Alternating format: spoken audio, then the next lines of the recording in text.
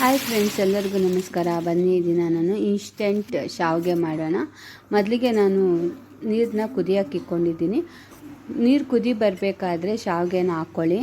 ಶಾವಿಗೆನ ಹಾಕ್ಕೊಂಡಾದ್ಮೇಲೆ stove off ಮಾಡಿಕೊಂಡು ಒಂದೆರಡು ಸರಿ ಮಿಕ್ಸ್ ಮಾಡಿಕೊಂಡು ಶಾವಿಗೆ ಮತ್ತು ನೀರನ್ನು ಸಪ್ರೇಟ್ ಮಾಡ್ಕೋಬೇಕು.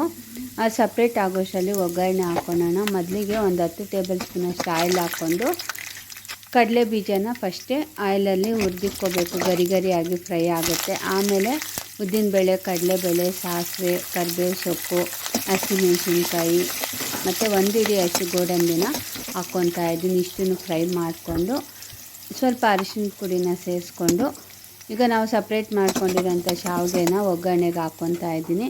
1-2 ನಿಮಿಷ ಬಿಟ್ಟು ಶಾವಿಗೆನ ಮಿಕ್ಸ್ ಮಾಡ್ಕೊಳ್ಳಿ, ಇಲ್ಲಾಂದರೆ ಮುದ್ದೆ ಮುದ್ದೆ ಆಗೋಗುತ್ತೆ. ಸ್ವಲ್ಪ ಆರಿದ ಮೇಲೆ ಶಾವಿಗೆನ ಎಲ್ಲ ಒಗ್ಗರಣೆಗೆಲ್ಲ ಮಿಕ್ಸ್ ಮಾಡ್ಕೊಳ್ಳಿ. ನೋಡಿ, ಉದ್ರಾಗಿ ಚೆನ್ನಾಗಿ ಬರುತ್ತೆ. ರುಚಿಗೆ ತಕ್ಕಷ್ಟು ಉಪ್ಪನ್ನು ಸೇರಿಸ್ಕೊಂಡು ನಿಂಬೆಹಣ್ಣಿನ ರಸನ ಹಾಕ್ಕೊಂಡು ಕೊತ್ತಂಬರಿ ಸೊಪ್ಪನ್ನ ಚೆನ್ನಾಗಿ ತೊಳೆದು ಸಣ್ಣದಾಗಿ ಕಟ್ ಮಾಡಿಕೊಂಡು ಎಲ್ಲನೂ ಮಿಕ್ಸ್ ಮಾಡ್ಕೊಳ್ಳಿ. ನೋಡಿ, ಎಷ್ಟು ಚೆನ್ನಾಗಿ ಉದ್ರಾಗಿ ಬೇಗನೆ ಆಗುತ್ತೆ. ಒಂದು 15 ನಿಮಿಷದಲ್ಲಿ ಶಾವಿಗೆನೂ ರೆಡಿ ಆಗುತ್ತೆ. ಒತ್ತು ಶಾವಿಗೆ ಥರನೇ ಟೇಸ್ಟು ಬರುತ್ತೆ. ಇದಕ್ಕೆ ಬೆಸ್ಟ್ ಕಾಂಬಿನೇಷನ್ ಅಂದರೆ ಕಾಯಿ ಚಟ್ನಿನ ಸ್ವಲ್ಪ ನೀರಾಗಿ ಮಾಡಿಕೊಂಡು ಕಾಯಿ ಚಟ್ನಿ ಜೊತೆ ತಿಂತಾಯಿದ್ರೆ ಅಂತೂ ಸೂಪರ್ ಆಗಿರುತ್ತೆ. ಬೇಗನೂ ಆಗುತ್ತೆ, ಸುಲಭವಾಗಿಯೂ ಮಾಡ್ಕೋಬೋದು. ನೋಡಿ, ಈಗ ಸೂಪರಾಗಿ ಶಾವಿಗೆನೂ ರೆಡಿಯಾಗಿದೆ.